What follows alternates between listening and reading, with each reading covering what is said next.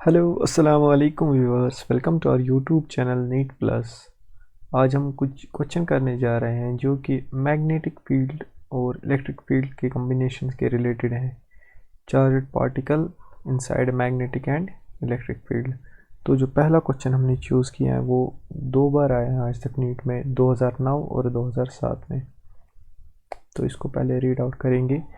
Under the influence of a uniform magnetic field, a charged particle moves with a constant speed v in a circle of radius r.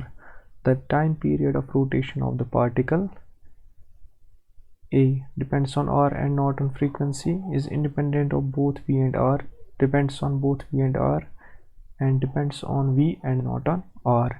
तो क्या कहा गया है इस question में? इस क्वेश्चन में एक यूनिफॉर्म मैग्नेटिक फील्ड दिया गया है B और हमारे पास एक चार्ज्ड पार्टिकल Q जो कि मूव कर रहा है with velocity v in a circle of radius r। तो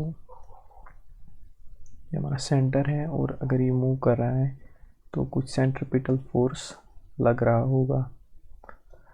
तो आपको तो पता है जो सेंट्रिपिटल फोर्स होता है वो बराबर होता है mv² r। चूँकि एक चार्ज्ड पार्टिकल एक मैग्नेटिक फील्ड में मूव कर रहा है तो ये जो सेंट्रिपिटल फोर्स है ये प्रोवाइड कर रहा होगा magnetic force, that is Fb। और जो हमारा Fb है वो किसके बराबर होता है? QVB। क्योंकि in this question in a circular fashion V is always perpendicular to the magnetic force. So यहाँ पे हम mv²/r को इक्वेट करेंगे QB के साथ। हमारे को क्या बोलना है? QVB के साथ हमको बोलना है the time period of rotation. तो हमें जो ये क्वेश्चन में दिया गया है हमें t निकालना है। t को हम कैसे निकालेंगे? t को हम ओमेगा से निकाल सकते हैं जो कि एंगुलर वेलोसिटी है और उसको हम v के साथ रिलेट कर सकते हैं। तो देखेंगे कैसे करेंगे। एक v और v कैंसिल हो जाएगा तो ये बन जाएगा mv/r is equal to QB।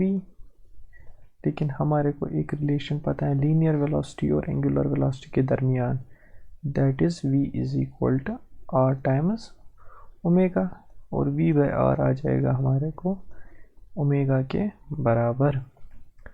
तो हम यहाँ पे v/r को रिप्लेस कर सकते हैं ओमेगा से और उसको लिख सकते हैं q टाइम्स b।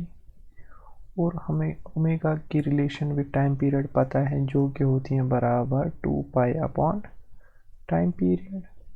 तो हम यहाँ से ओमेगा को रिप्लेस करके 2π/t पे लिखेंगे और ये QB आ जाएगा। तो यहाँ से हम t को निकाल सकते हैं जो कि आएगा 2 times pi times m whole divided by q times b। तो हमारी टाइम पीरियड की जो रिलेशन है वो आ गई है। और the time period of rotation of the particle किस किस चीज़ पे डिपेंड कर रहा है? एक तो मास पे डिपेंड कर रहा है, चार्ज ऑफ पार्टिकल पे डिपेंड कर रहा है और मैग्नेटिक फील्ड पे कर रहा है। तो डिपेंड्स ऑन आर, तो ये आर पे डिपेंड नहीं है, एंड नॉट ऑन वी, तो ये ऑप्शन नहीं आएगा। Is independent of V and R, V और आर का इंडिपेंडेंट है जो कि ट्रू है। Depends on both V and R, R पे तो ये डिपेंड ही नहीं है तो ये गलत है। Depends on V and not on R, R पे तो डिपेंड नहीं है लेकिन क्या हम बोल सकते हैं ये वी पे डिपेंड है? जी हाँ, ये वी पे डिपेंड है। तो जो इसका करेक्ट आंसर है वो ऑप्शन बी है, that is independent of both velocity of particle and radius of circle. इसके बाद नेक्स्ट क्वेश्चन लेंगे, motion in combined electric and magnetic fields. This has been asked in NEET 2010 12 क्या कहा गया है? An alternating electric field of frequency nu is applied across the d's. Radius is equal to r of a cyclotron that is being used to accelerate protons which have a mass m. The operating magnetic field used in the cyclotron and kinetic energy of the proton beam produced by it are given by. आपको तो पता है जब भी हमारा कोई भी charged particle usually proton is inside a cyclotron, proton inside a cyclotron, तो वहाँ पे दो किस्म के फील्ड्स प्रेजेंट होते हैं, एक तो इलेक्ट्रिक फील्ड और एक मैग्नेटिक फील्ड। तो ये आपस में मैग्नेटिक फील्ड और इलेक्ट्रिक फील्ड प्रेजेंट होता है, तो उधर ये एक्सेलरेट करने के लिए इस्तेमाल होता है। तो आपको पता है जो ये मैग्नेटिक फील्ड होता है ये परपेंडिकुलर होता है टू वेलोसिटी ऑफ पार्टिकल, और अगर ये मैग्नेटिक फील्ड परपेंडिकुलर है वेलोसिटी ऑफ पार्टिकल तो क्या आ जाता है, हमारे पास एक मैग्नेटिक फोर्स आ जाता है जो कि बराबर होता है Q times V cross B, जिसका मतलब है एक मैग्नेटिक फोर्स एक्ट करता है जो कि वेलोसिटी और मैग्नेटिक फील्ड के परपेंडिकुलर आता है, जिसकी वजह से हमको एक सेंट्रीपिटल फोर्स प्रोवाइड होता है, फोर्स इज प्रोवाइडेड, और जिसकी वजह से हमारा पार्टिकल सर्कुलरली रोटेट करता है। तो आपको तो पता है अगर हमारा पार्टिकल सर्कुलरली रोटेट करता है तो हमारी जो सेंट्रीपिटल फोर्स होगी वो होगी mv²/r, और वो प्रोवाइड कौन करता है, वो ये फोर्स प्रोवाइड करता है magnetic force, that is Q times, Q को इन्होंने E कहा है तो E charge times velocity times B, और sin 90 is equal to 1 because they are perpendicular, this V and V will go, तो ये बन जाएगा mv/r is equal to E times B। क्या हम इस v/r को ओमेगा लिख सकते हैं, because in previous I have shown you the relation that is m omega is equal to E times B। यहाँ से हम B को लिख सकते हैं m ओमेगा बाई E। तो अब इस ओमेगा को हम लिख सकते हैं, आपको पता है omega is equal 2 pi nu, तो 2 पाई टाइम्स फ्रीक्वेंसी, तो ये आ जाएगा m into 2 pi nu by charge. तो आप देख सकते हैं हमारी B की जो रिलेशन है वो आ गई है m is equal 2 pi m new by E। तो जो दो ऑप्शन हमारे हैं जिसमें B इसके बराबर है वो ऑप्शन B है और ऑप्शन C है, इसका मतलब है आंसर इन दो में से ही होगा। इसके बाद अगर हमारा एक प्रोटॉन चार्ज्ड पार्टिकल एक्सेलरेट कर रहा है इन ए साइक्लोट्रॉन, तो उसके पास कुछ काइनेटिक एनर्जी होगी जिसको हम K बोलेंगे, और काइनेटिक एनर्जी बराबर होती है 1/2 ऑफ mv²। तो हम लिख सकते हैं K is equal to 1/2 m, V के बदले हम लिख सकते हैं R ऑफ ओमेगा, तो क्या हम लिख सकते हैं R ओमेगा होल स्क्वायर, तो ये आ जाएगा mr² ओमेगा² बाई 2। तो इसके बाद थोड़ा सा और ओमेगा को हम रिप्लेस करेंगे mr², ओमेगा होता है 2 pi frequency that is nu whole square by 2 because omega is equal to 2 pi times nu. इसके बाद हम लिख सकते हैं K को mr² into 4 pi square nu square by 2, 2 1 r and 2 2 r। जो हमारा k आ जाएगा यहाँ से वो आ जाएगा 2m r square pi square nu square. Kinetic energy is equal to 2m r square pi nu square.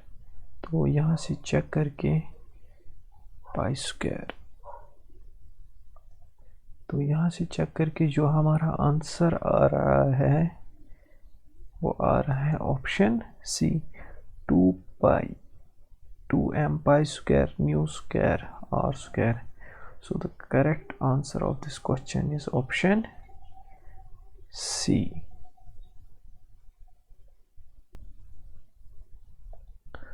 इसके बाद जो नेक्स्ट क्वेश्चन है, this is a important question which will help you to brush your concepts of this electric and magnetic field charged particles। तो क्या पूछा गया है इस क्वेश्चन में, यह आया है मीन्स 2010 में।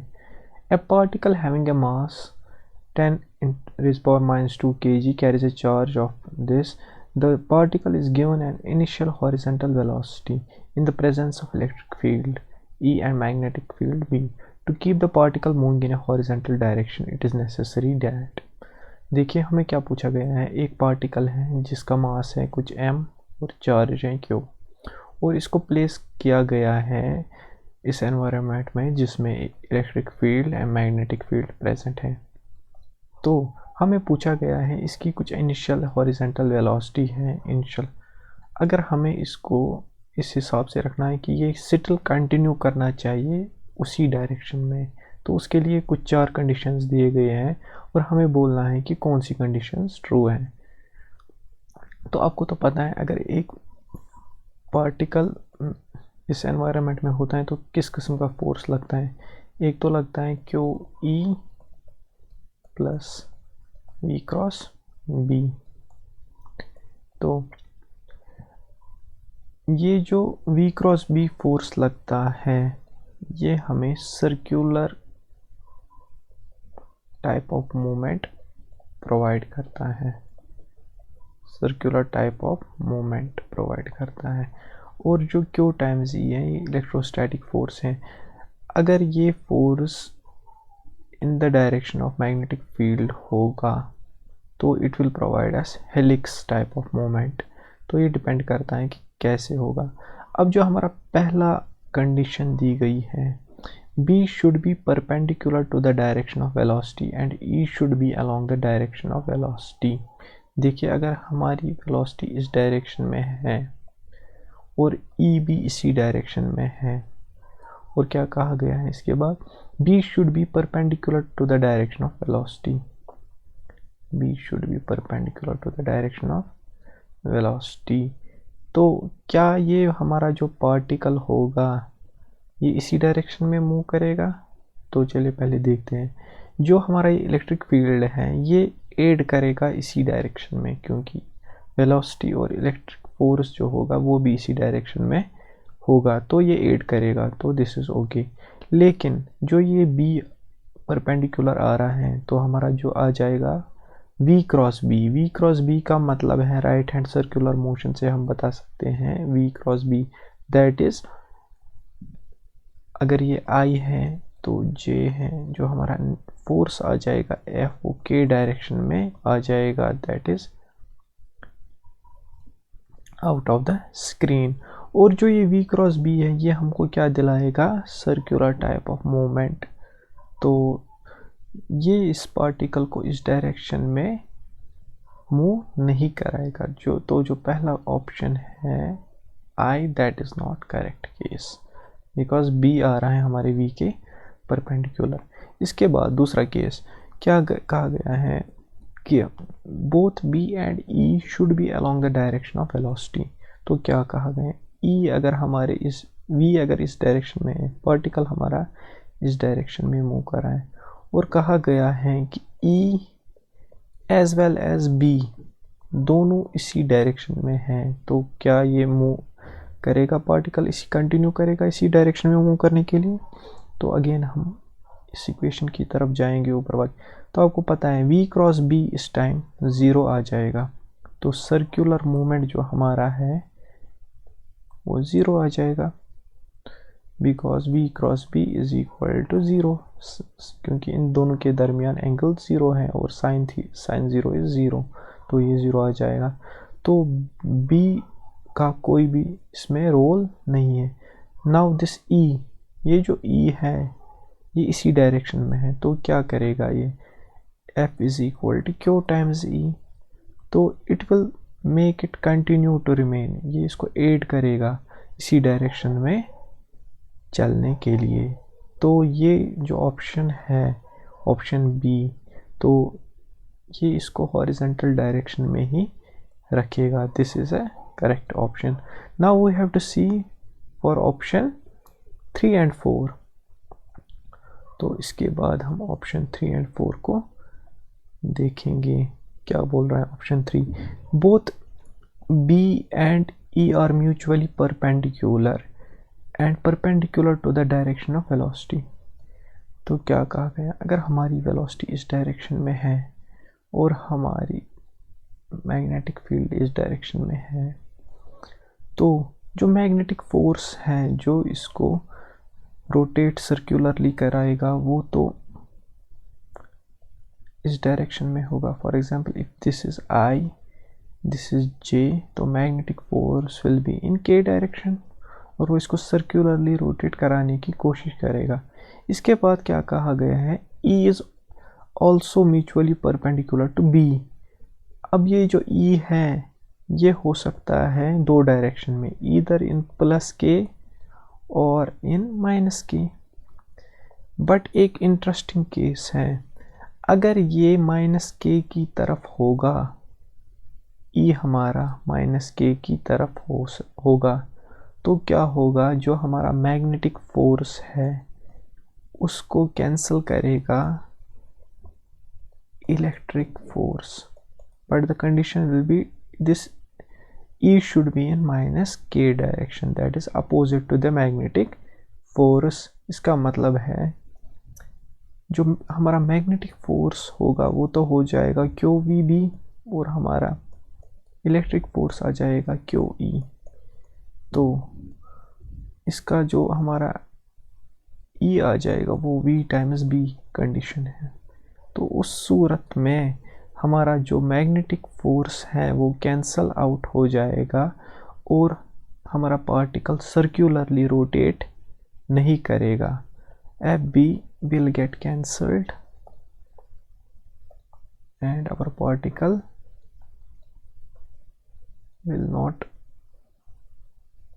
won't rotate circularly।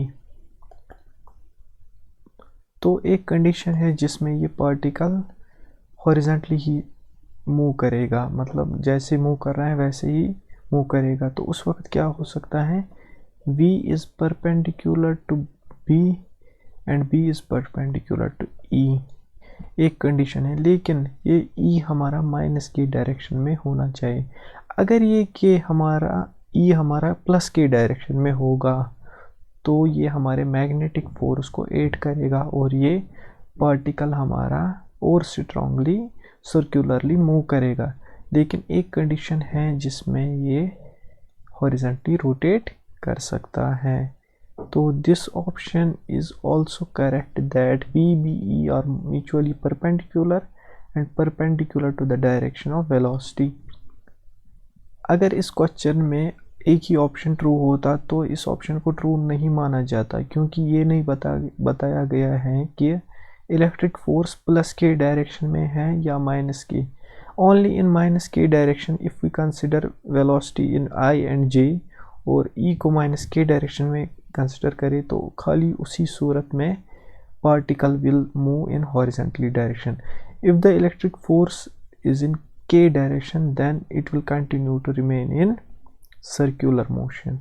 अब जो चौथा ऑप्शन हमारे पास है, B should be along the direction of velocity. तो एक वेलोसिटी हमारी इस डायरेक्शन में है और कहा गया है कि B भी इसी डायरेक्शन में होगा and E should be perpendicular to the direction of velocity और E को इस डायरेक्शन में रखा गया है।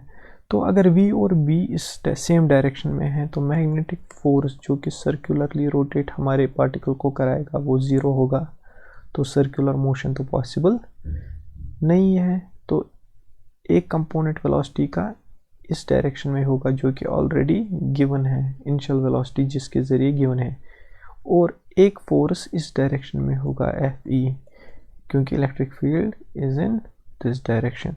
तो इन दो का जो नेट होगा वो इस डायरेक्शन में होगा, और जो हमारा पार्टिकल है वो पैराबोलिकली मूव करेगा। तो इसमें भी particle in this direction move नहीं करेगा as per velocity, as in the direction of velocity move नहीं करेगा। तो ये ऑप्शन भी रॉन्ग ऑप्शन माना जाएगा। तो जो दो ऑप्शन हैं जो करेक्ट हैं वो that is 2 and 3, which is our option C. तो आप देख सकते हैं कि ओनली दो पॉसिबिलिटीज़ हैं जहां हमारा पार्टिकल स्ट्रेट लाइन में मूव करेगा एज इज जो हमारी इनिशियल वेलोसिटी है। एक तो कंडीशन है बी, जिस तरफ वी हमारा होगा उसी तरफ बी भी होगा और उसी तरफ ई भी होगा। तो इस वाले कंडीशन में particle will continue to move in the direction of V. और दूसरी condition B and E will, अगर इस वी डायरेक्शन में मूव कर रहा है पार्टिकल इनिशियली, हमारा बी इस डायरेक्शन में है, तो जो हमारी इलेक्ट्रिक फील्ड होनी चाहिए वो होनी चाहिए इन this direction, that is going into the screen, and condition should be that Fe should be equal to Fb. That is must, otherwise they won't get cancelled. Qe is equal to Qv. So I hope you got the concept through these questions and got these conditions very well. So I hope you like this video, and please share this video with your friends, and please subscribe our YouTube channel. Thank you.